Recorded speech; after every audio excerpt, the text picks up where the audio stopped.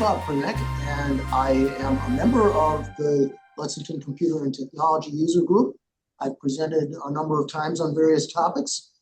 And as with other previous presentations, this one arose from a discussion that was going on either online or in our group here at the community center and with remote participants. And we got to talking about software licensing. And I think Dick may have been talking about patents. And copyrights and patents. And the term copyleft came up with regard to open source licensing. So everybody said, hey, we want a little primer on this open source licensing. What's it all about? So what is a software license? Let's do that first. A software license is a legal contract that grants a user permission to use a software product under specific terms and conditions, which can include restrictions on how it can be copied, modified, and shared. This agreement is between the copyright holder, that's the software author or publisher, and the user, the licensee. You don't see it, but you virtually sign anyway, a license agreement every time you download or open or update a piece of software. Every time you use Microsoft Windows, you are under a license agreement. It outlines the user's rights and the author's expectations. It is not a sale of ownership. You don't own the license, the software. You only sort of rent or subscribe to a license. And so it's a rental of rights to use the intellectual property. And let's get through these key components, and then I'll have Dick give his take on licenses and how some of these things might affect patent rights and things of that sort. The key components and types of software licenses. There's grant of use. The license defines the scope of use, such as the number of devices or users. You'll all know about how many devices you can use Windows on, or Apple, or any of these others. What actions are permitted, like copying or modification. There is, with commercial licenses, often a restriction that you're not allowed to reverse engineer, which means you can't see the source code, and you can't change the source code. Copyright and intellectual property. License establishes how the software's intellectual property can be used. It also protects the author by defining acceptable uses. And there are various types of licenses. Proprietary is what we're most familiar with, which is the things companies like Google and Microsoft and Apple use proprietary licenses generally, although they also have some open source projects.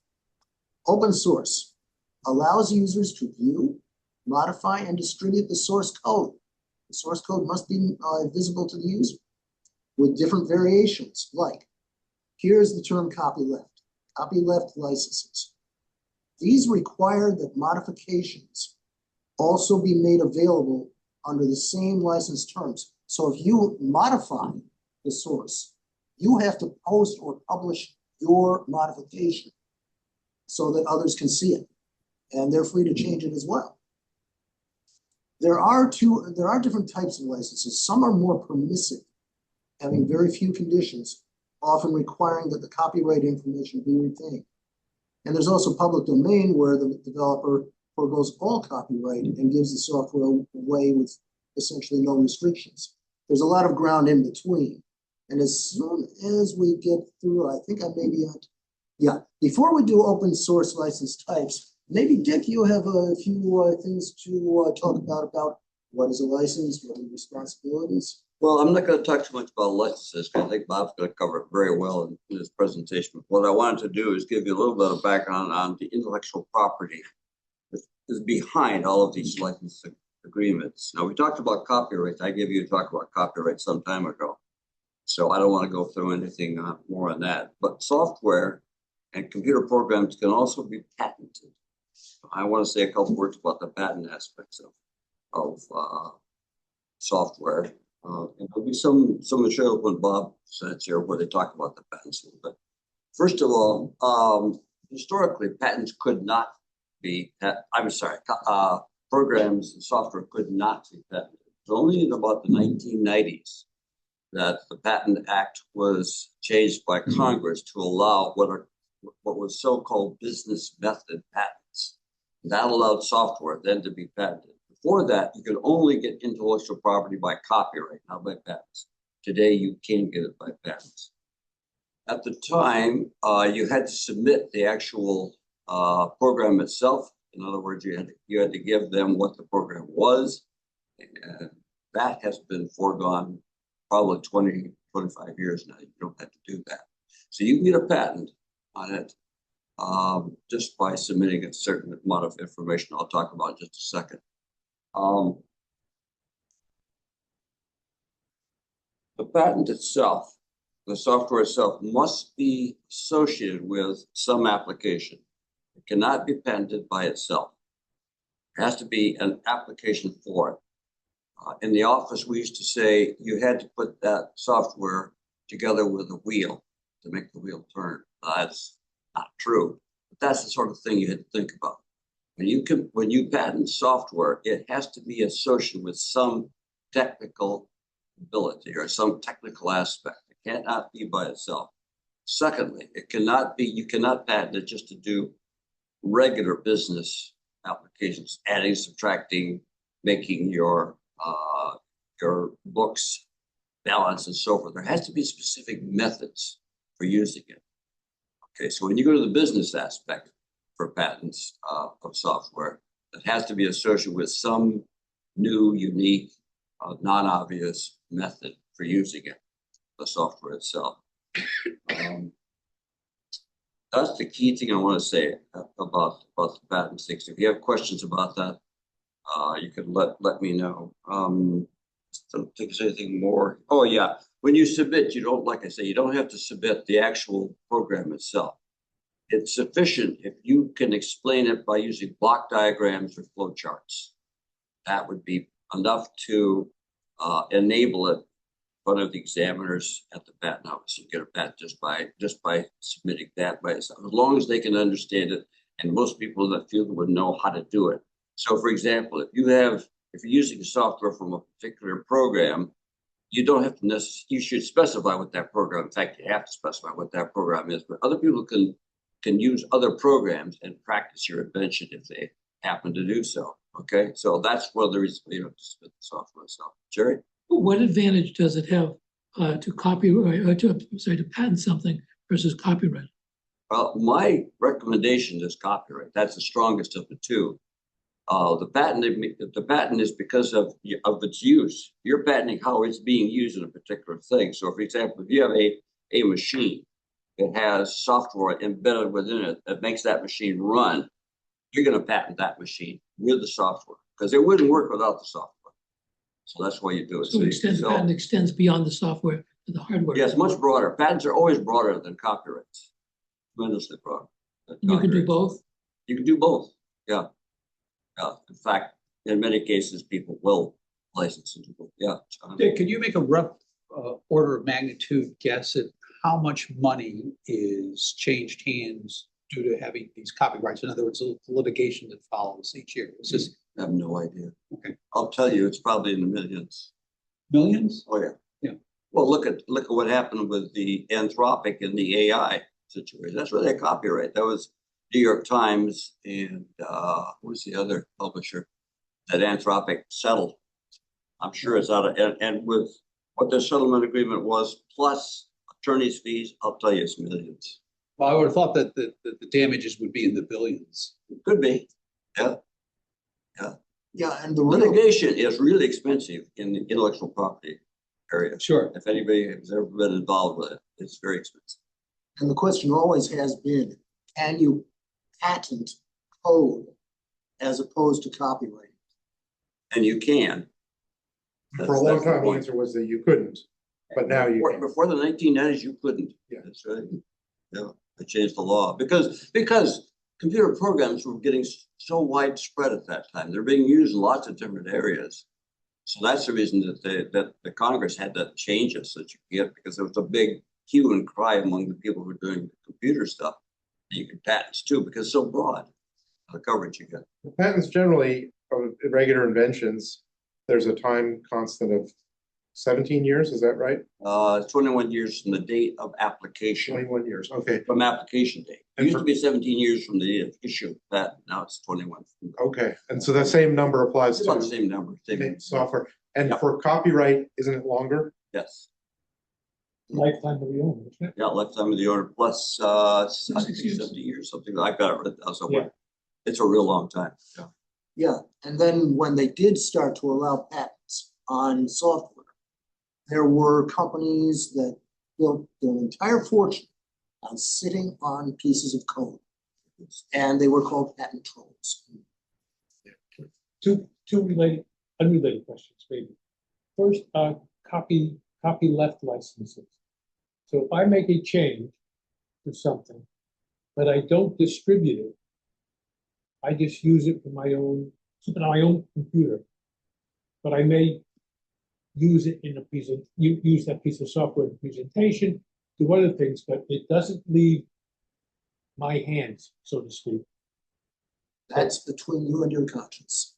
Okay, I will get to those aspects. Okay. Because there are 3 different kinds of open source licensing that I will cover, and they have All right, different fine. requirements. I'll be patient. The second question is with licensing and patent.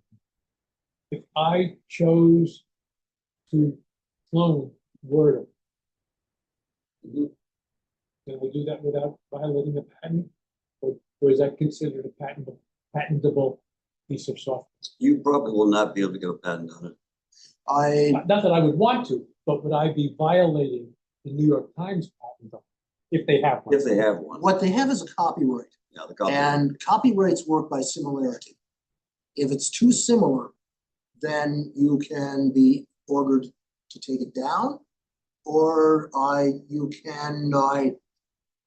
they can sue you if they wish. If you try to use it commercially, they probably will. Yeah. But if you make a significant change in Wordle, but it does the same thing, Yeah. you can get a patent for that. And Correct. they can't get you, I mean, they could sue you for infringement, but you'd be able to beat it. We'll For see an example, I example. wanted to instead of English language, I decided to do it in Cyrillic, and Russian. Probably not. We'll see an example of how that worked in a way that was really difficult to unravel when we talk about the Mozilla public license. There we go. That's what I'll be patient. One general comment is that I've observed over time is you could spend a lot of time trying to get to the meaning of something like copyleft in terms of what was intended by the people who wrote it. But there's an entirely different pragmatic meaning of copyleft, and that is what of that is enforceable, because the writers of a license agreement will put all kinds of things in there that they want to be true, but much of it is not enforceable. They'll say, you can't do this, you can't do that, you can only use it this way. If you use it this way, you have to do this and tell us about it and all that kind of stuff. And a lot of that stuff just turns out to be, yeah, it's about as good as the paper. My next subtopic is going to be about just legally what is copyright. I think the answer is we have to be patient.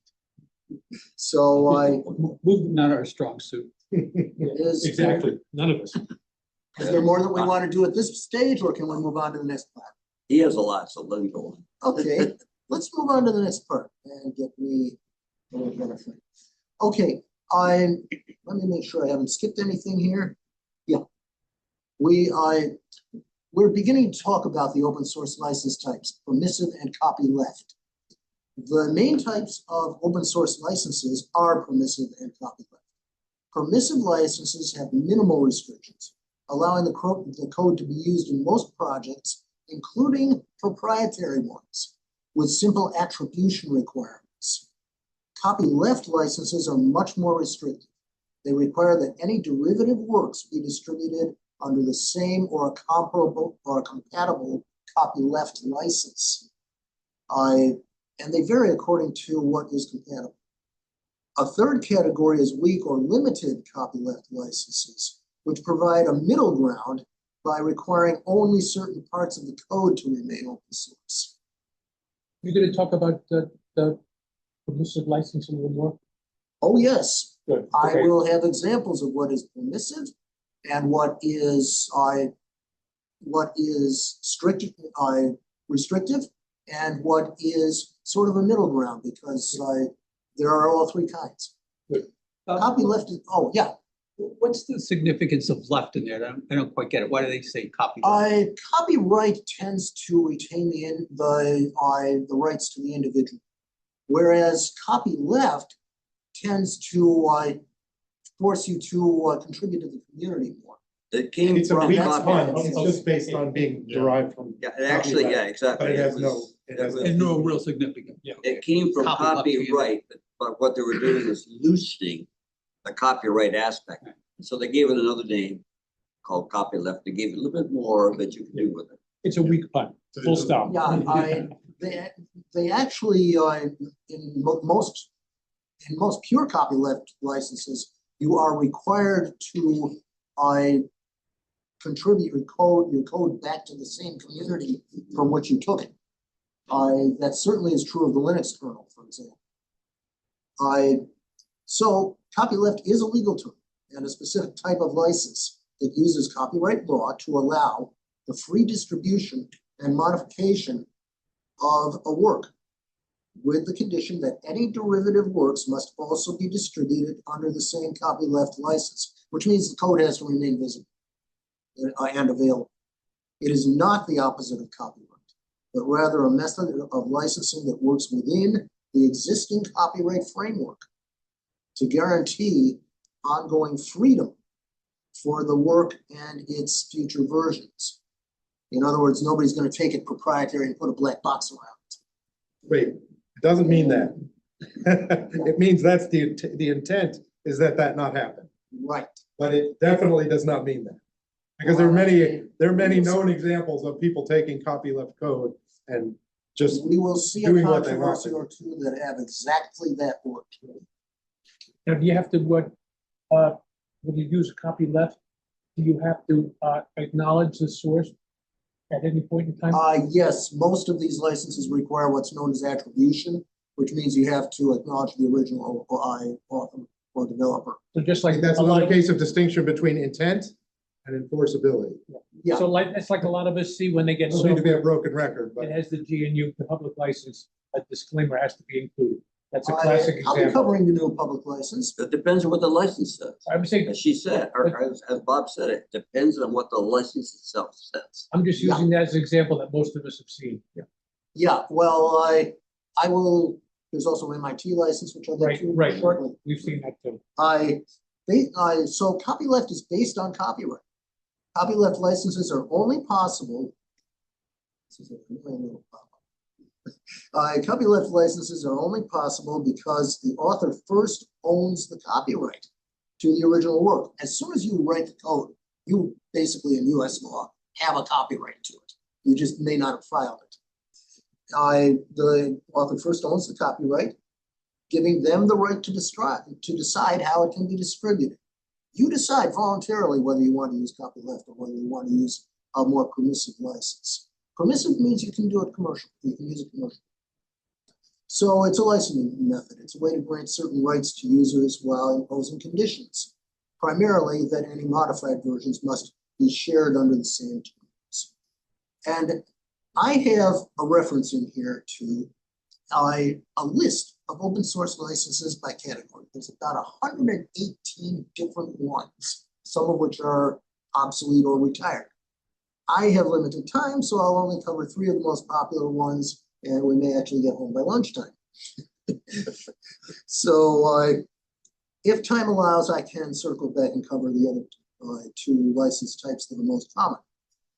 The 5 that I originally looked at, and I used Gemini AI to help me in the Google search. The MIT license, which I will try to cover because that's a permissive license. That allows commercial use. There is the Apache license, which I'm not going to get to, but Apache is a little less permissive. The GNU public license, which is very restrictive. And there's the Mozilla public license, which has an interesting feature to it in that some parts are more restrictive than other parts of the code. You can have a mixture, and I'll get to what the details are. And there are also the various BSD licenses, which I may not get to.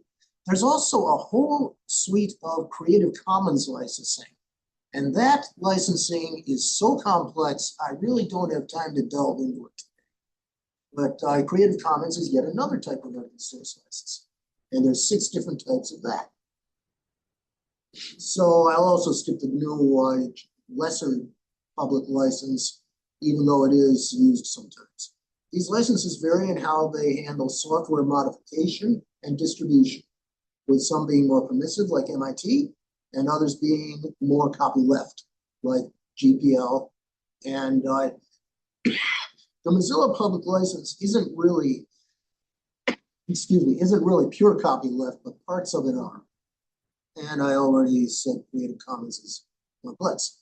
Now, you guys can see a table of these licenses. Permissive, copyleft. The MIT license, for example, allows broad use, modification, and redistribution, and it can be used in proprietary closed source software. Typically, it only requires attribution and copyright notices to be preserved. Copyleft licenses are a little different. There's a strong copyleft, the new public license, which requires derivative works to be licensed under the same terms. There are also weak copyleft licenses like Mozilla public license.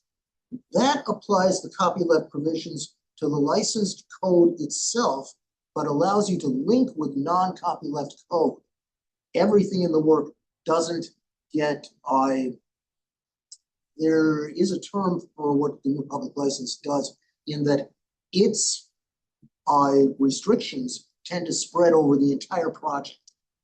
Whereas with the Mozilla public license, the spread of that restriction over the entire project isn't necessarily going to happen.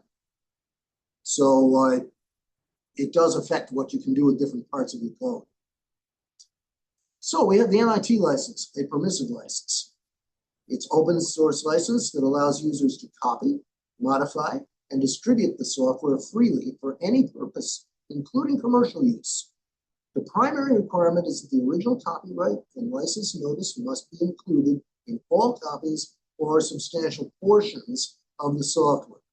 The license includes a disclaimer of warranty and does not hold the author liable, but it is often interpreted as allowing patent usage despite lacking a specific patent grant. Do you want to translate that last line? Maybe Dick can tell us a little more about how that applies. In my old days, I had to deal, when I was prosecuting patents, I dealt with the MIT licensing office. And they license these things, and MIT's made a lot of money off patents and other kinds of licenses that they've done. So they will do, typically, they'll do independent licenses of the copyright aspect and the patent aspect. And so you'll have parallel paths with those two. They might diverge in what they'll cover and everything, but there's usually 2 of them. You get 2 licenses rather than 1. I don't know if that answers your question or not, but that's what happens. You get 2 tracks. Yeah, I think we'll see that shortly. So there are key aspects of the MIT license. Permissive nature, it places minimal restrictions on how the software can be used, making it a popular choice for open source projects that want to encourage widespread adoption and collaboration. There are broad permissions you can use, copy, modify, merge, publish, distribute, sub-license, and or sell copies of the software. Generally, things under the GNU public license aren't sold. Commercial use. The license allows for commercial use, and you can incorporate MIT licensed code into proprietary closed source projects. There's an attribution requirement. You must include the original copyright notice and a copy of the license text in your redistributed software. One point of confusion. So the heading of the slide says open source, and then we're talking about the MIT license, but earlier there was a reference to MIT making a lot of money on royalties from their software. Yes. So would that be software that's not under the MIT open source license? that would be software that's licensed differently? There Because I'm isn't, confused about that. there isn't anything in open source licensing that inherently tells you you can't make money off this, that you can't charge money. For example, there is a paid version of Red Hat Enterprise. And there's also Fedora, which is not a paid version. Susha has the same thing. And those are, both of them are, they're all, both the paid and the free version are under the new public license. Again, it depends on what the license says. So every time you have a license from MIT or any place, read the thing carefully. Because the courts will go by what's there. You're right that you get kinds of interpretations, but look at the license, excuse me, what it says. And that'll tell you in this instance here. So you might have either one coming from MIT license, Okay, depends on what. the new piece of information that I'm trying to get ideas to go together in my head is open source and paid licensing have some overlap. Okay, I think your confusion is over open source versus free and open source. I think I've made that sloppy Free association. Libre means it's distributed freely without commercial, not commercial. Whereas open source can be a paid product, or it can be Okay. a free version of a paid product. So Dave, one other thing that's relevant, I think, is you can take Linux, which is free, I believe. Yes. It's open source, and you can buy it from various vendors. And the value add that you're paying for is the support. So instead of when your software breaks, you have to hire somebody to go in and fix your version of the software, or send a note out on the internet and say, hey, this crap is broken, I have to go fix it. You call the vendor, and they have a cast of thousands waiting in the back room that are going to look at your problem, fix it for you, and give you a solution. It is still free software, but you're paying for that quote unquote service, the value add that they have. Right. Peter, there's also something else that's going on, and it's very interesting with Canonical, makers of Ubuntu. They are offering their own in-house security upgrades by subscription. And So, enterprises again, have to pay for that license, but individuals can use it for free on up to 5 computers. So it's sort of like a VAR, a value-added reseller. So It's value-added. you're not paying for the base software, you're paying for the value added. You're not paying for the Debian base, which Ubuntu is based on. You're paying for the in-house Canonical security updates, which are just simply their engineers or their developers have written code that they think patches some security vulnerabilities that aren't patched in the Debian base. The Debian base is updated much less frequently. And there's another distinction made that was very useful. That is, that can be open source, but licensed for free to individuals, but they can charge a company to license that package, that add-on package. Here's what the open source means. It means the source code may be viewed by anybody. It is available, it is posted in many cases at GitHub or someplace, or GitLab. Some places would prefer that now. But it's posted. And you can look at that source, and you're free to modify it, you're free to make a fork of it. You can make your own version of it. But anyway, forking is another thing that kind of gets into the weeds. It is a as to what family you can and cannot do. So anyway, with the MIT license, there's no warranty. The license disclaims all warranties, meaning the software is provided as is with no guarantee of functionality. But then again, so is Windows. No liability. The original author is not held liable for any claims arising from the The software. original author does not want to be held liable for any Exactly. claims. That's what it's. That's in there. true of That's why most the list commercial says that. software as well. Right. That's just, because that means that's a statement of their aspiration, not of legal fact. And, you know, the opposite of open source would be closed source, where the public cannot even see the code. Windows has most of Windows is like that. Most of Apple is like that. Much of Google Chrome is like that, but not Chromium. Chromium, you can see the source and you can make a new browser based on it. Microsoft did. They called it Edge. Although the original Edge was something else. So there's no warranty, no liability. There are patent rights. However, those are implied in the MIT license, not explicitly stated. The license doesn't include a patent grant, which can create legal ambiguity.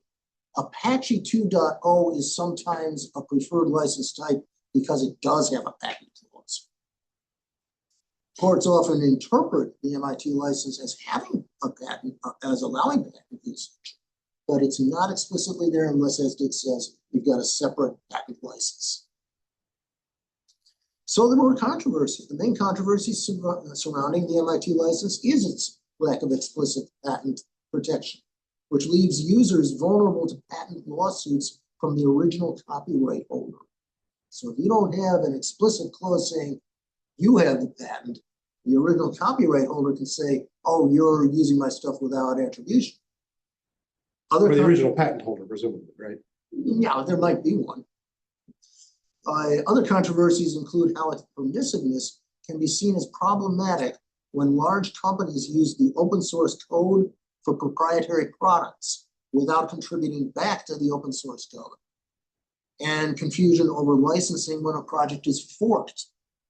Somebody makes a new version of it or a different or something, a derivative work, and is that owned by the original owner or is it something totally new owned by whoever forked it? Some projects have addressed this by adding separate patent licenses or switching to more comprehensive licenses. And the patent issues include the no explicit patent grant. It doesn't mention patents. This leaves users open to so-called submarine patent threats, where the license holder could later sue over patent infringement. And some projects like Facebook's React have previously addressed this by adding a separate patent license. More modern licenses like Apache 2.0 have explicit patent provisions to avoid ambiguity. So there can also be abuse by large corporations, one-way use. While the license is designed to be permissive, some argue that it can be abused when large companies use open source code in proprietary products without contributing the code that they develop back to the community. That's something you're not allowed to do with a more restrictive license. Examples, some forks of projects like Chromium are turned into proprietary products like Chrome and Edge, while others, like Microsoft's VS Code, restrict access to official extensions for forks, making them less useful. In other words, Microsoft retains a lot of control over fork. And in something like VS Code, you might want to maintain some. Consistency. So the MIT license may force forks. Permissiveness of the MIT license has been criticized in projects like Bitcoin or the blockchain, where its wide adoption has led to a proliferation of forks, causing confusion and debate among developers about project ownership and governance. And there could be trivial misuse. In some instances, developers have been upset when their work was used without attribution, but the license only requires the original license and copyright notice to be included, not attribution for modifications. So solutions and alternatives, you can put in explicit patent licenses, as Dick said. You can switch to a more comprehensive license, like the Apache 2.0 license, which addresses patents, copyrights, and trademarks separately. Or you can use a more restrictive license, which is copyleft, like the GNU Public license, to ensure that modifications are also shared under the same license terms, which can help prevent proprietary forks from being created. So if somebody does a fork of your GNU Public licensed project, they can't take that into a proprietary project and no longer allow people to see the source code. And we'll run into one of those. Okay, so I'm sure everybody's wondering, what's the GNU Public license all about? It's a strong copyleft, and it allows users to copy, modify, and distribute software, but requires that any modifications or derivative works must also be distributed under the same GPL 3.0 license. This ensures the software remains free and open, but also means that combining it with non-GPL code can require the entire work to be released under GPL 3.0. In other words, this license tends to be a bit infectious. If you combine non-GPL code with a GPL 3.0 licensed work, the entire resulting work is GPL 3.0 licensed. There's also a protection against what is called TiVoization. TiVo is, as you know, a recording device, and it shares in common with routers and IoT devices that it runs on an operating system derived from Linux. And the TiVo device has hardware level DRM that prevents users from running any modification. One of the issues with TiVo was that people could not run Kodi and could not incorporate it into the TiVo platform. And there were certain other things. So the protection against this also has patent restrictions, and there is a requirement to provide the source code for any modified versions with GPL. GPL 3.0 prevents devices from being designed to deny users the ability to install modified versions of the software. So if you've got a router, for example, whose code base is based on Linux, and you want to change it over to one of the open WRT types of interfaces, or you want to give it more features that way, you're allowed to do that under a GPL 3.0 license. They would have to use a different kind of licensing if they didn't want you to do that. And there's patent protection. So GPL 3.0 provides explicit protection against patent restrictions that could limit the use of the software. And then there's compatibility. The GPL 3.0 was updated to improve compatibility with other free software licenses. So is that similar to what jailbreaking Apple devices, iOS devices is about? Technically on the device, while they don't prevent you from doing that, they can put in hardware restrictions that make it really difficult. For example, Google's Android is going to make it much more difficult to sideload very soon. They claim it's for security purposes, but they own Android. Android is not licensed under GPL 3. So it's their own license. And they can restrict what you can do with that phone, including sideloading. If it were truly open source, you wouldn't be restricted. You could sideload. You could load up by F-Droid or one of these other stores. So there are implications of GPL 3.0 for businesses. While you can sell software that uses GPL 3.0 code, you must provide the source code to your customers. So Red Hat, for example, you can view the entire source code. And Sushi, you can do the same thing, whether you pay for it or whether you don't. Companies that want to keep their own code proprietary generally avoid using GPL 3.0 code because of its infectious nature. That's the term I was going to use. Yeah, Jerry. I had to step out and take a call, but see if I have this clear. If something is in GPL code, and then I take and add my own code and create a wonderful piece of business software that I could sell. Yeah. You're telling me that the whole thing has to be open. So I can't have a proprietary product based on your original code. Well, That is the aspiration of the free software. well, you know, well, and going back a couple of years, there was a thing called the 10 Commandments, and it's one of them is thou shalt not covet thy neighbor's ass. Yeah. And if you write some code and you give it to me, you know, to open source, yeah, the fact that I can make a product that I could commercialize, if I can add my proprietary part, would in fact advance the use of the code, because now I would be inspired to make this new product because I can sell it. You still have your original code, which other people can use freely, but I can create a new commercial product. But this covets thy neighbor's ass and prevents me from doing that. They're So not giving therefore- it to you, they're giving it to you under restricted terms. Right. So therefore, I am not incentivized to take your wonderful code, add my addition to it, and make a terrific product that I can sell. I would think the license would tell you that, You need- because you want to. That was the whole thing about copy left. But he says that you Try to can't. promote it. You try to promote. That's what, but it doesn't promote it. It restricts it because it restricts the commercialization.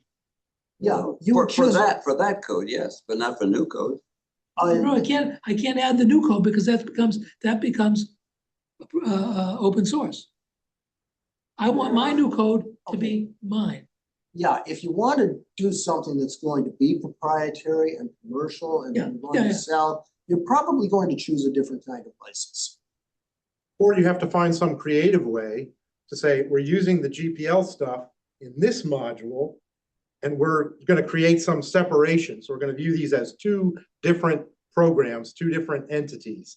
Because GPL cannot just No. permeate Yeah. through entire organic systems. If a company takes on a piece of GPL software and starts using it, that GPL interpreted most broadly could say, your entire company belongs to me because it's a whole system of things that touch and use that software. Yeah. So depending on how contagious you think that GPL needs to be, you can either view it in the most liberal terms into favor of the GPL licensees, or you can say, yeah, within reason, we can put that in a box and say that part's GPL and this part's our stuff. Yeah, that's where this implication for businesses, companies that want to keep their code proprietary or want to keep these various modules proprietary will generally avoid the GPL 3.0 license. They will instead use a different kind of license. And there are, Dick, while Bob is thinking, yeah, what's the difference between, go back to the previous slide. I'm Bob, trying to for a second. get, it wants to go forward. There we are. Yeah, the difference between the first sentence here, you must provide the source code to your customers. And the system that I was under when I was involved in it, and that is software escrow, the code escrow. So for example, I worked for Fidelity at one point in time. They use a Oracle database as the core of their business. Software escrow means that if something were to happen to Oracle, they go out of business, Fidelity gets the rights to the Oracle software code. It is part of the contract and it is very common for big businesses to do that. So somewhere, in an ice vault in Antarctica, they have the software code. Yeah. Well, it's electronically displayed. Yeah. So, but their code is someplace. And Fidelity, as an example, can't willy-nilly go in there and say, let me see the code. Under a specified series of conditions, for example, Oracle doesn't exist anymore as an entity. It is unable to provide the code. Fidelity then can break the seal, if you will, go in and see everything that's going on and do what it has to keep its business running. It's part of the license agreement. So that's just a straight up license agreement. And these license agreements with commercial code, they almost never use a pure GPL 3.0 license for exactly the reason that it tends to be infectious. And it tends to make the entire project open source. Well, it's open to interpretation. What is the entire project? The entire endeavor, the entire No, company, the entire country. Yeah, you can argue that maybe Windows isn't a unitary entity. Or well, later on, we'll see a different kind of license that will separate different parts of the code into what is proprietary and what isn't. But that's not the GPL 3.0 license. That's a different license. So there are GPL versions. The two most commonly used were the GPL version 2 in 1991 and the GPL version 3 in 2007. GPL v3 offers updated provisions, including clearer procedures for addressing non-compliance and protections against any effort to prevent users from running modified software on a device. So here's what happened with TiVo. TiVoization is what they called it. It stemmed from the use of TiVo's. TiVo used a GPL version 2 license, and they used the Linux operating system in their DVRs. While TiVo complied with the license terms by releasing its modified source code, it circumvented the spirit of the license by using hardware-level digital restrictions, DRM, to prevent users from running modified or third-party software on the devices. So you couldn't add to it or modify how the interface worked or anything like that. This sparked a major debate within the free and open source software, leading the Free Software Foundation to create the new, more restrictive GPL version 3 license to specifically prevent that practice. Now, TiVo's action was that they used Linux, which is GPL license, but they implemented a digital signature check to ensure that only its own authorized software could run on its hardware. There are IoT devices that are kind of like that today. The problem is that the Free Software Foundation argued that this practice violated the spirit of GPL by denying users the right to install modified versions of the software on the hardware they own. And there was a debate about it. TiVo released its source code, but the hardware locked the users out of making modified versions. Okay, so the response was the GPL 3 license included an anti-TiVoization clause. There's specific language that forbids the use of that type of hardware restriction in the new license, and it aims to ensure that users can run modified versions. There were mixed reactions. While many free software supporters welcomed it, some, like Linus Torvalds and the Linux community, actually disagreed with how restrictive this was. And again, it increased the infectious nature of the GPL license. Now here's one that's much more recent and much more controversial. Social versus Mastodon. The AGPL license is a strong copyleft license that extends the requirements of GPL to software used over a network. Its main feature is that if you modify the software and use it to provide a service over a network, you must make the complete source code of the modified version available to users. This ensures that the freedom of the software remains available to anyone who interacts with it, even if they only access the software remotely, if it's a service. So the key features. Like GPL, AGPL requires that any derivative works are distributed under the same AGPL3 license, but it adds a crucial condition for network use, a network copyleft. The license ensures that if you modify the software and offer a service over a network, you must provide the source code of your modified version to anyone who interacts with it. Does that essentially give them ownership of the API? What if you replace their software with something that does something equivalent over the network? Because that seems to be implying that they own the API. This is what they're saying. They're saying that if you use, and specifically it was Mastodon or ActivityPub, any derivative work has to remain under the same license. Remember what it was for GPL3. Every derivative work every modified work has to be offered under the same license. So if you do a complete clean slate rewrite of their software using only their API, meaning the outside interface, that's a derivative work in their view. The outside interface may not. It may be considered a separate component. That seems to be the hinge point of this whole thing. So the actual interface is not what was argued about with Truth Social. Okay. That's not where the argument happened. I'm not sure about the interface aspect, but if you write code that's different from that, then you're away from the copyright. Unless if you're using their API. Well, if you start with that, I mean, as long as you're using That's like I said. Again, that seems to be the exact that's point where this whole thing hinges. Left contagion. Copy left. Copy left. That's the whole point about left, copy left. And so that's what they want to, that's why the community wants to maintain that theory or that way of using copyright law.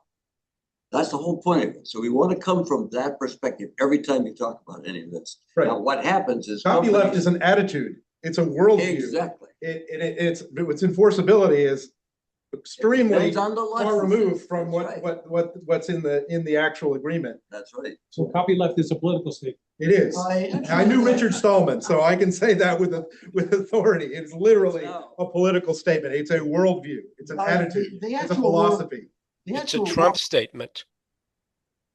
not really. It's a Lawyers Full Employment Act. The worldview that is associated with copyleft is called software freedom. And software freedom means the code is distributed freely. It doesn't mean you don't pay anything. It means it's freely distributed and may be freely viewed. Use it. Right. And may be used with, well. So let me ask a related question to Dave. Yeah. Is client server software. You have a client and you have a server. And these days, you may have the internet or network in between the two. Yeah. The server can be a black box that has entry points, well-defined entry points. Yeah. I write a client Yeah. that accesses those entry points. Yeah. The server is written under GPL3, open source. The The world- server is there. The world has access to it. Yeah. I'm creating a special piece of work that uses that engine quote unquote, for my business. I think the client side, it's your business, what kind of license you put on, That's you. where, You control that. yeah, you control that. Unless GPL tries to infect you by saying anything that accesses this over the network is subject to GPL3 And that's, licensing. and that's where I was going. I don't know if it That's does that. a lot of their claims seem I haven't seen somewhat that, but dubiously maybe. enforceable, right? I'm not in that area, so possibly they're doing that now. I don't think they'll get away with it. That's my take. Yeah, no, you got a good point. Question. It's not clear to me who owns GPL and AGPL, who owns it, develops it. And is it under GPL? And, yeah, it's like a meta thing. Where's the chicken and the egg? Well, what they're basically doing is, the AGPL license, and I haven't read all the details about it, but the AGPL license, just simply takes a GPL style license and extends it over the network, which means if GPL licensed software is distributed over a network or provided as software as a service, with AGPL, it remains under the same kind of terms as if it were GPL licensed. Yeah, so I don't think anybody owns it per se. I think There's some versions people, of it. some people came up with the concept Mhm. and had a lot of people say, oh yeah, I agree to that. Did they copyright it? Whatever they did. But, but I'll agree to these rules. Yeah. It's like a social contract. So it's if you just will. words. It's just. No, it's well, just mainly words. you're trying to get uses out of this stuff, right? That's what you want. That's what these codes are for, to be used somehow. So if we could expand the number of uses, then that's what you're trying to do. Who owns it? Okay, the original copyright owner owns the copyright to the original one, but the derivatives that come off of this and copy left, the original code still belongs to the original copyright owner. The derivative aspect of it could be copyrighted if it's copyrightable by the person who added to it. Okay, and sells that whole package then. And what gets me is that this could go on for another generation or two. So now we get down to all kinds of aspects that feed into it. So when you get to the grandchildren and the great grandchildren and so forth, of all this that came out of the original code, who owns what, who gets royalties from it and so forth. That to me is a quagmire. Seems like a morass of complexity. let's- But I think, wasn't your question actually about the GPL itself? Yes. it's That's the way actually- I interpreted your question. Yeah, it's actually about the GPL itself. Who maintains this? Who decides it's time for version 1, version 2, version 3? Well, again, What's the enforcement? Who the hell enforces? GPL copyleft derives from copyright, so the origin of all the licensing is with the original copyright owner. Whoever. Well, no, that's, licensed- it's, Who I think, establishes the I think it's, standards? I think it's, Yeah. you're misunderstanding what he's asking. Yeah. Is GPL, who or what organization decided to come up with the words that we now call GPL? The Free Software Oh, Foundation. Free Software Foundation was one of them, but the GNU public license is far older. I was some of the original software developers. It came about at a time when software. So it's a loose affiliation of individuals or organizations that have agreed to this construct, is basically what you're trying to say. I think it's a legal entity, right? The It Free is a Software- legal entity Yeah. now. There eventually, it came to be accepted by countries and the people who make the laws and all that. Yeah. It You became part can't of put the- out something and claim that it's GPL4 and it's, but from the Free Software Foundation, unless you're the Free Software Foundation. They own at least that right, Yeah, they that own- ownership of they- their own name to Right, publish things. right, they do, but it's not like they, in order to say that, you have to pay a fee to the Free Software Foundation. Yeah, they would be they would control that process because that's what they're all about. Right. And you could work with them to influence what should go into GPL4, but I think the decision belongs to the board of the of the Free Software Foundation. Or let me use a different example, which may or may not be correct. Look at something like the IEEE. They come out with standards and other things like that. And I mean, they just own it. A bunch of guys sitting in a room came up, or people in the room came up with the idea that this is going to be XYZ, and they publish it, IEEE standard 1, 2, 3. Yep. And then the world takes it over. They have internal processes that are really complex and that will grind slowly forward and stuff. But the one thing can't happen is for some random Joe Blow to publish something and say, this is IEEE standard, blah, blah, blah. Because that's the one thing they clearly have control over. Right. So they'll fight against anyone trying to tread on their turf. And I suspect this stuff in GPL is very similar to something like that. You can read the full text of what the GPL actually says. It's available online. So And then I just adopt it, right? I just say, this is the language that I'm going to use. It makes itself available for free use. Right, and so I put it in my contract. I just grab it off the internet and put it in, use the verbiage, and that's that, right? Okay. There might be some terms that come with it. I don't bet. It sounds right to me. Yes. Okay, anyway, meanwhile, back at the presentation. meanwhile, let me see if I can get back to the slide I wanted. Okay. All right, so the network copyleft is being applied by the AGPL license. And what I'm trying, I'm trying to get, slides aren't advancing the way they're supposed to now. Oh boy. This program has decided to freeze up. Okay, the key features, network copyleft, and availability of source code. To comply with AGPL 3, you must provide the full source code of the modified program and any other software that forms part of the service. That answers something about this client side versus server side.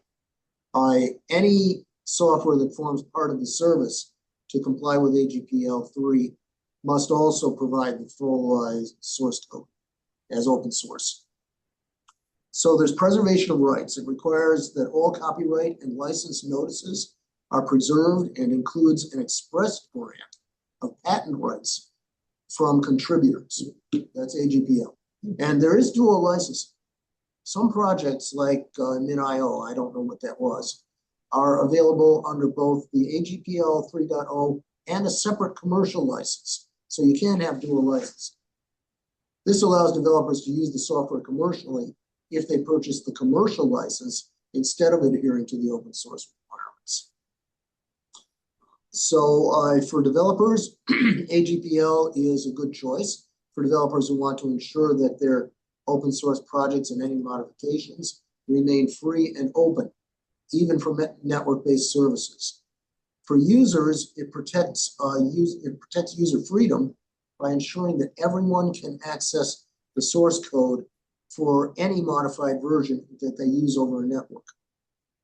Businesses may need to use a commercial license if they want to avoid AGPL 3.0 requirements of making their code public, such as when they're building a proprietary service on top of AGPL software. So here's what happened. Truth Social open source licensing controversy arose when the platform used code from the open source project Mastodon, which is based on something called ActivityPub and uses a concept called the Fediverse. And they did that without complying with the open source license's terms. Mastodon is released under the AGPL version 3 license, which requires that any network connected modifications must have their source code made publicly available to all users. Critics like the Software Freedom Conservancy accused Truth Social of violating this license by not providing its source code and misrepresenting the platform as proprietary. So I'm shocked. Yeah. the initial use of the code, a beta version of Truth Social, was found to be using Mastodon's open source code, including elements like the software's front end and their underlying HTML. And you remember that this license, like the GPL, is infectious. So they said there was a license violation. By not making its source code publicly available, Truth Social was violating the AGPL version 3 license, which is copyleft, requiring all users who operate the software over a network to make their modifications available. So Truth Social's response, the platform initially claimed that its source code was proprietary and removed all references to Mastodon. But they eventually published their source code in a zip file on the Truth Social website after public pressure and formal requests from the Software Freedom Conservancy and from Mastodon itself. But they didn't give you the password for the zip file. They actually, you can view it. You can. I'm kidding. I know what you mean.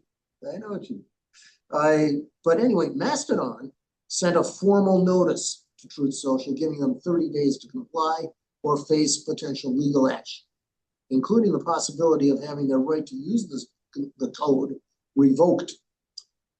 The current status, while Truth Social eventually complied by publishing its source code in that zip file, to which you may or may not get the password, the initial controversy highlighted the tension between open source principles and commercial interests.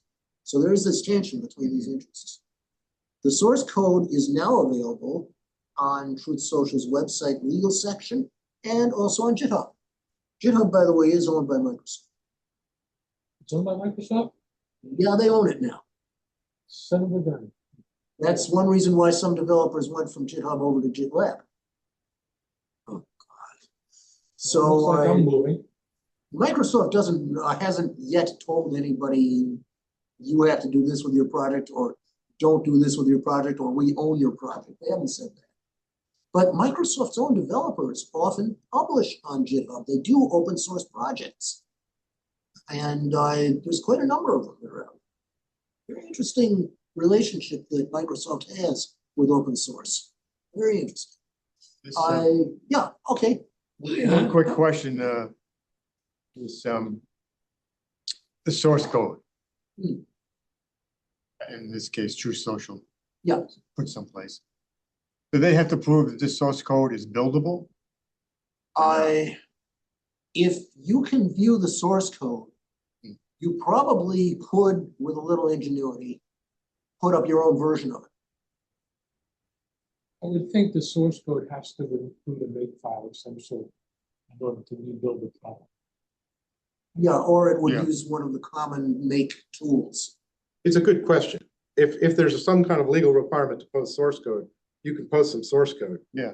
But that doesn't prove anything. It Right. doesn't prove compliance with the spirit or the intent or the letter of the law. If it's like you said, it's Right. just some stuff I threw up there. I scraped off my hard drive and put it into a big zip file, and put it up there. It's like, okay, I posted some source code.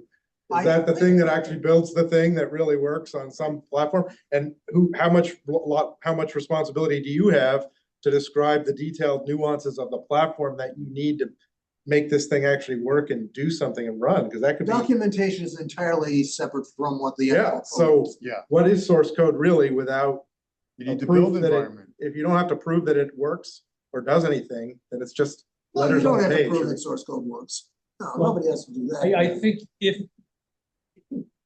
that argument would have been made and tested a while ago, You would think, you think, I mean, I could be wrong, yeah, you would think.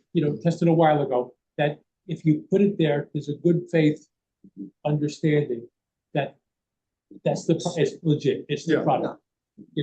I would think that somebody who tried to skirt the outside of the law, like putting up, the text of the Odyssey, leaving the vowels out, might have got caught. In the case of Truth Social and Mastodon, definitely there would have been legal action had they done that. Yeah, I just saw a posting that Pam Bondi is indicting Mastodon for infringement on the system that Donald Trump wrote, which was Truth Social. She's not gonna get anywhere in the courts. That's a joke. No, that would fit the pattern, right? That would fit the pattern, right? But let's not go there as much as I agree with you. Okay. There's a connection of Trump's uncle to MIT. Yeah, Bob, very to your smart guy. point about free software, I'd like to move on. Yeah. If I can, this is jumping around. There we are. Mozilla Public License is, this is the one that's the weak copyleft. The Mozilla Public License is a weak copyleft license. Damn it. Try one more time. Okay, there's a weak copyleft open source license that allows users to freely use, modify, and distribute software. It imposes a file level copyleft, file level, meaning modifications to MPL licensed files must be released under the MPL, but it permits mixing MPL licensed code with non-MPL code, including proprietary code, within the same project, as long as the MPL licensed components, and here's where we get into these components, as long as the components remain accessible under the MPL. This file level approach provides a balance between the more restrictive licenses like the GNU Public License, which tend to be so infectious, and the more permissive licenses like the MIT or BSD licenses where you don't have that. Yeah, when I was doing a parallel work, looking at the licensing, because Bob knows a hell of a lot more about this than I do. My path said that MPL was a permissive license. And this shows you that it's much more permissive than most of the copyleft licenses are. So there's confusion about what these licenses are, the categories they fall into. Yeah, I was basically going by what Gemini AI told me, so I am not a legal expert. And it never lies. Not either. It doesn't hallucinate, it doesn't lie, it doesn't. Well, the thing is, it does, Gemini in Google search does provide you with some links that you can follow and actually go to its sources. So if the sources are reasonable, which I found most of them to be, then you're reasonably sure that you're on pretty solid ground. So yes, it is a weak copyleft license, and that is how it's usually presented. The key features of the Mozilla Public License: file level copyleft. The copyleft requirement applies only to the specific files that are modified, not the entire project. Flexibility for commercial use. It allows developers to incorporate MPL licensed code into proprietary projects, provided the MPL licensed parts remain under the MPL and their source code remains accessible. So some of your project might not be accessible, but the parts that are MPL licensed would be. The MPL is positioned as a middle ground between strong copyleft licenses like Community Public License and permissive licenses like MIT license. So contribution requirements. Users must include a file documenting their changes and retain original license and copyright notices. Attribution. Modified code must indicate that it is derived from the original and include the original developer's name. There's no warranty. Like most open source licenses, MPL disclaims warranties and limits liability. So there were some controversies. The main controversy surrounding the Mozilla public license was when they recently updated their terms of service for Firefox, which it's not the most popular browser, but some people like it because they find it to be less commercial, less intrusive than others. So the question was surrounded the use of data and licensing. Users expressed concern over some vague language that might have granted Mozilla a very broad license to use their data, which they feared could lead to misuse. Yeah, like web browsers never misuse your personal data. Mozilla clarified the license. They said that the license was necessary for basic browser functions. I think what happened was the EU put in some really specific language about user privacy. And Mozilla found that Firefox needed clear language stating exactly what they could and could not do, even by way of keeping a browser cache or something like that. After all, a cache, under many nations' laws, is a copy. And there are other kinds of problems. But anyway, just to get the browser to work, you have to transmit certain amounts of data that might be personally identifiable or identifiable to a computer. So anyway, Mozilla clarified that the license was necessary for basic browser functions and did not grant them ownership or rights to misuse personal data. They don't own your data. Not the way Microsoft Copilot has access to pretty much everything. Other controversies occurred. There was license abuse. A separate controversy involved a situation where a project developer used the Mozilla public license to file complaints and enforce copyright, leading to the shutdown of another open source project. This incident sparked a debate within the open source community about whether it is ethical to use the license in this manner to shut down a project, even if the project, even if the people on the project team had legally valid claims. There was an exploitation risk. Another issue noted by some developers is that the file level copyleft nature of MPL 1.1 might allow proprietary modules to be bundled without fully exposing the underlying changes, a gap that could lead to exploitation by large companies. So the notable controversy was between the Pale Moon project, and they were accused of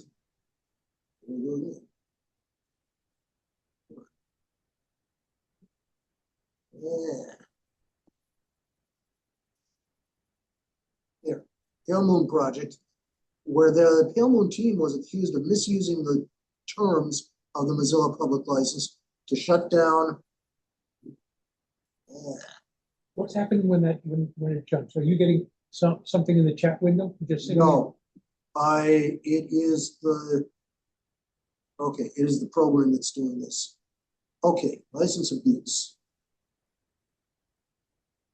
Just have to be a little patient. There.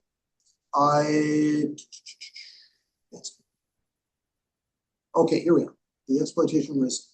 Pale Moon project team was accused of misusing the terms of Mozilla public license to shut down a fork of their project that was named MyPal. The MyPal project aimed to continue supporting older Windows operating systems, XP and Vista, which Pale Moon was stopping support.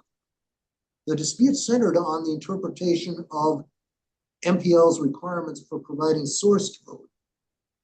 MyPal was initially a fork of Pale Moon, designed to continue support for older operating systems like Windows XP after Pale Moon moved to support only more modern operating systems.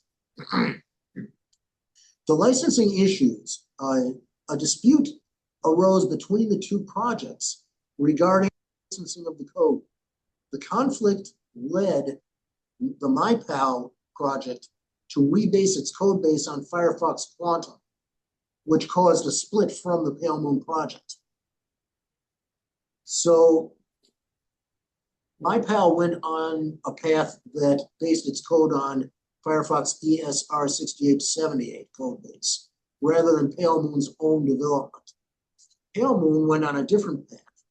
Pale Moon continued to develop independently, focusing on its own features and requiring more modern systems, while MyPal continued to support legacy systems like Windows XP.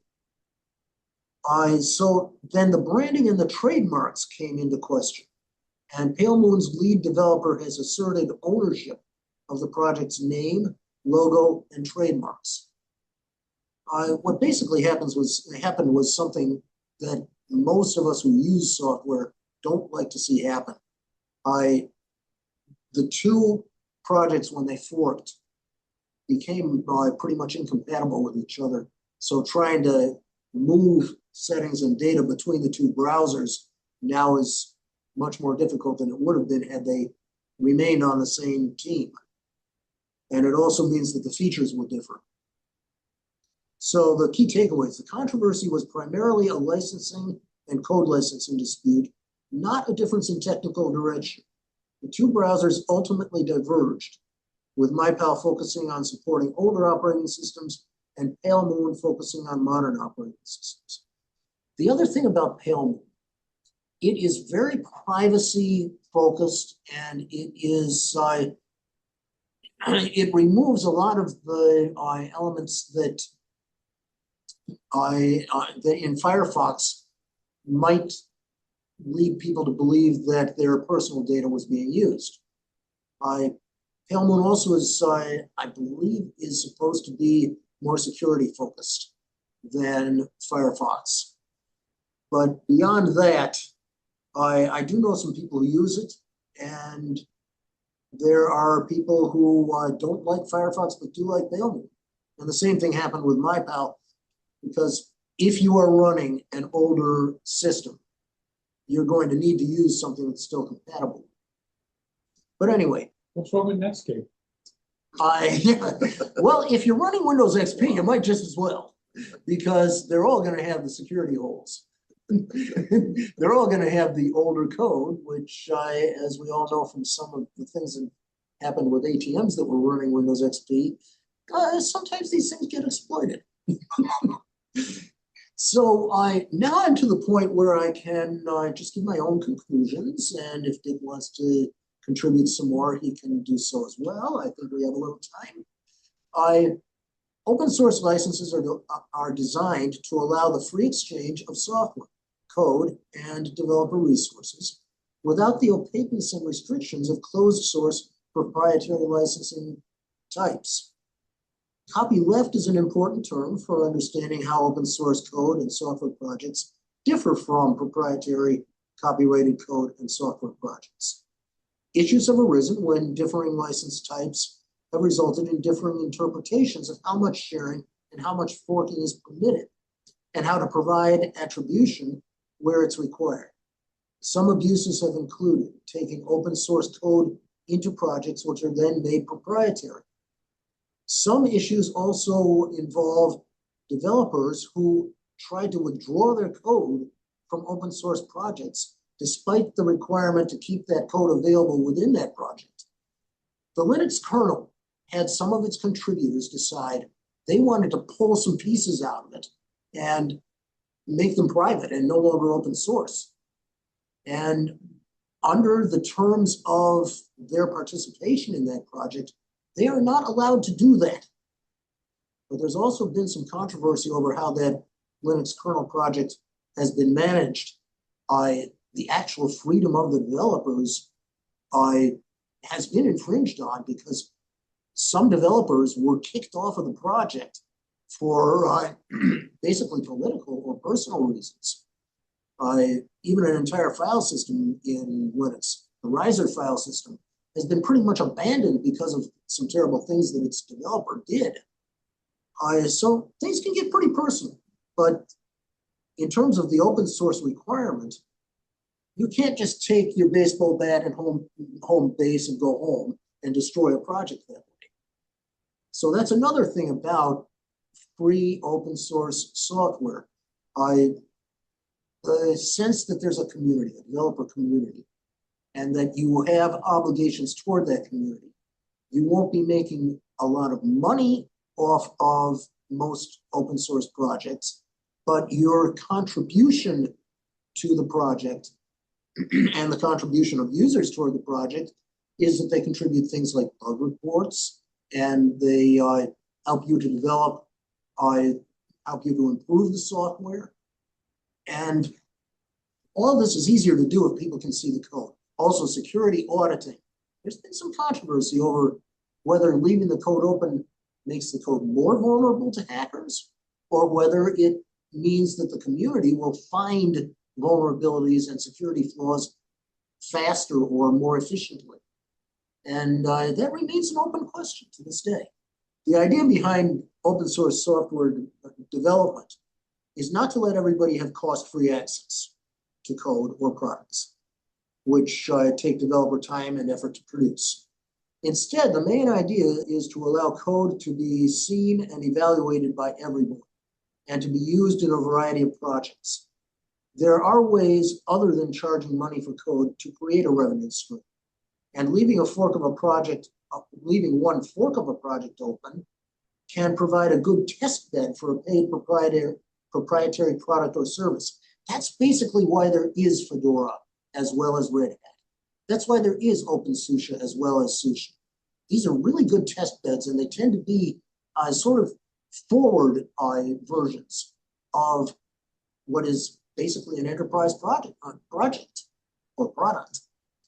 So yes, you can make money from open source, and you can get customers, you can draw customers in using open source. Even if the code and the software are free, support options can still be paid, providing a further revenue stream.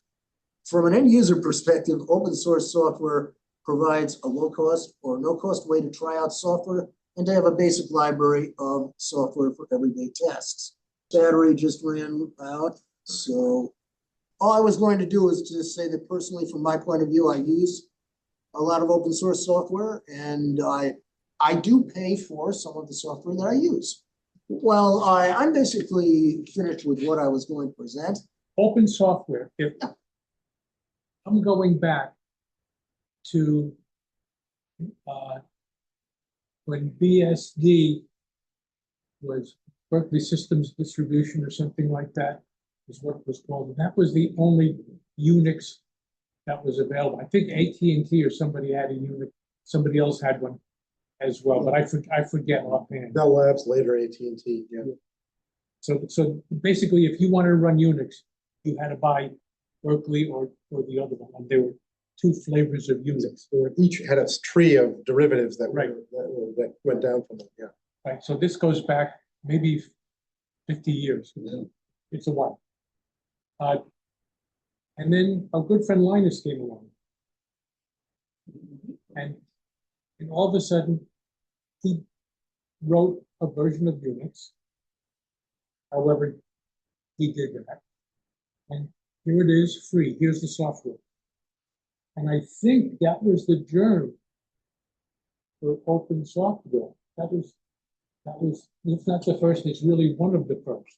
Well, Richard Stallman has to be credited somewhere in here. Yes. Because he had the concept of open software and which eventually led to the idea that he had a vision of an open operating system, but I don't think he had the wherewithal to bring that about. But that was the idea that Linus basically adopted. Yeah.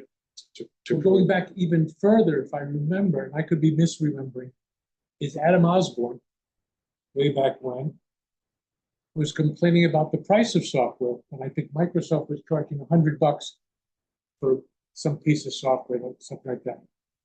And software piracy was in its infancy. And he basically said, we should charge 99 cents for software and piracy will go away. And basically saying, if you make it inexpensive enough, there's no need to worry about piracy. Who's going to want to steal it if it's cheap? Yeah, well, that was one theory, but then companies like Microsoft eventually decided that they could charge more money, or they could build in the cost to the cost of hardware. Well, nobody ever did the math, or the math, they chose not to have it work out, that if you sell 1 billion units at 99 cents a piece, it's a lot more money than selling 100,000 units at $100 a piece. I would like to say one other thing about this, about how Linux came to be. Because what was happening was Minix, which was one of these Unix type of operating systems, they were charging a very hefty license fee, and students couldn't afford it. And this was when Linus and his crew said, we've got to come up with something more affordable. First, folks came up with FreeBSD, and then they came up with GNU, which was, it has an acronym about how it's not Unix. GNU is not Unix. And then Linux was sort of an offshoot from GNU. Stallman was the one with GNU, and Linus Torvalds was the one who developed it into this much larger project, which became the Linux that we know today. But Stallman was really a champion of these ideas, including publishing them and trying to popularize them and going around giving talks about them and stuff for a good 10 or 15 years before Linux came along. That's correct. So there's a lot of interesting processes that span this long period of history of the computer industry. So you were kind of describing how operating systems kind of started with this concept that they would give kind of a miniature virtual machine to each piece of software, which made life a lot simpler for software developers, because they didn't have to make a lot of assumptions about taking exclusive control over devices and keyboards and things like that. And that was not going to work or scale or anything like that. But you could also argue that one of the ways that operating systems became successful, there was a kind of chicken and egg problem going on there. They had to create an environment that let software developers have a platform where they could succeed, where they could charge money, they could protect their intellectual property, they could get people to buy their applications, they could make their applications useful. So you could say, really, the operating system was never anything more than just in service of letting app developers do what they wanted to and to succeed. Well, you're right. And 50, 60 years ago, whatever you want to do the math for, it was chicken and egg between software and hardware. And back and forth, they would leapfrog each other. We have this great piece of software, but if you just change the hardware this way, it becomes even better. And then they would increase, Intel was the primary player. If I'm like the guy making VisiCalc back in the early 1980s or late 1970s, I look at your platform and I say, what a nightmare that is to develop on. I look at your platform and say, oh, this guy's giving me a clean virtual machine and he's guaranteeing that he's going to support this in the next version and the version after that and the version after that. Screw you, I'm going over here. And so he could basically dictate the success of the platform by what versions of VisiCalc become widely available. I'm the business user out there buying. I'm like, am I going to buy this this Deck Rainbow or something for which there's no software, or am I going to buy I'm going to buy Lotus Notes and ignore the whole problem. Yeah. But you see what I mean? Is you could argue that really both the hardware platform and the OS manufacturer had no other job in life but to make life good for the initial crop of app developers that were sprouting up at that time. There was a time when there were no app developers, and then by about we reached the 80s, you started seeing apps that you would actually go to the computer store. You remember this? You'd buy them off the shelf, like buying a book or something like that. You'd actually buy a box and own the thing. It's kind of the box was a relatively thick user manual. Yeah, and a floppy disk. Right, because they couldn't put the user manual online because There's no line. There's no line. Yeah, exactly.